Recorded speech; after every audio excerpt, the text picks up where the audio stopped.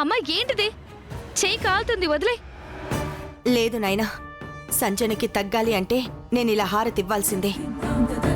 మైనావతి, చేయి కాలుతుంది మైనావతి, చెప్పేది విను. మీరు వెలిగించండి. మైనావతి, అమ్మా మైనావతి, అది కాదు అమ్మా.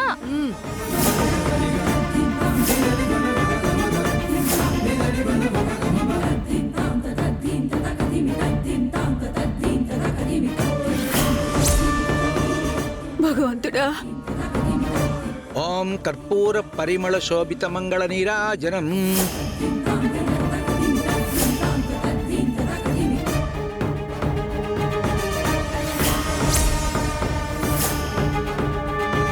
అక్క,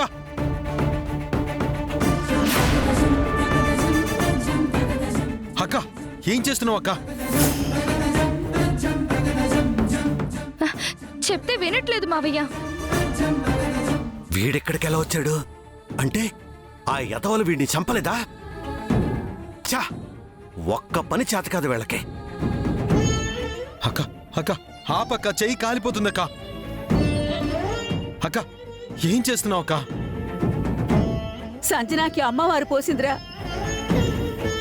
తనకి తగ్గాలని మైనావతి ఈ కఠినమైన దీక్ష చేస్తుంది.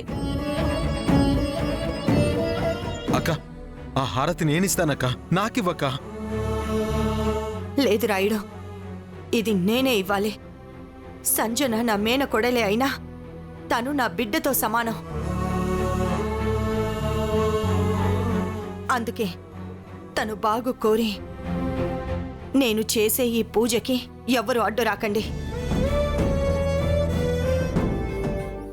ఎందుకక్క మా కోసం నిన్ను నువ్వే ఇలా బాధ పెట్టుకుంటున్నావు? సంతోషంలోనే కాదు, బాధలో కూడా భాగం పంచుకునేదేరా అసలైన బంధం అంటే. మనలో ఏ ఒక్కరికి కష్టం వచ్చినా నేను తట్టుకోలేను. ముఖ్యంగా నీకు, నీ కూతురికి.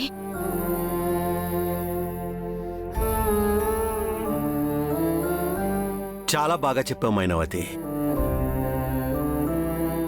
ఎంతైనా సంజన పాపం తల్లి లేని పిల్ల కదా. అత్తయ్య అంటే అమ్మ తర్వాత అమ్మ లాంటిది.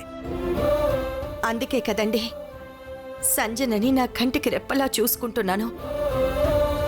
అమ్మా, ఈ పసుపు నీళ్లను తీసుకెళ్లి మీ మేనకోడలపై చల్లండి.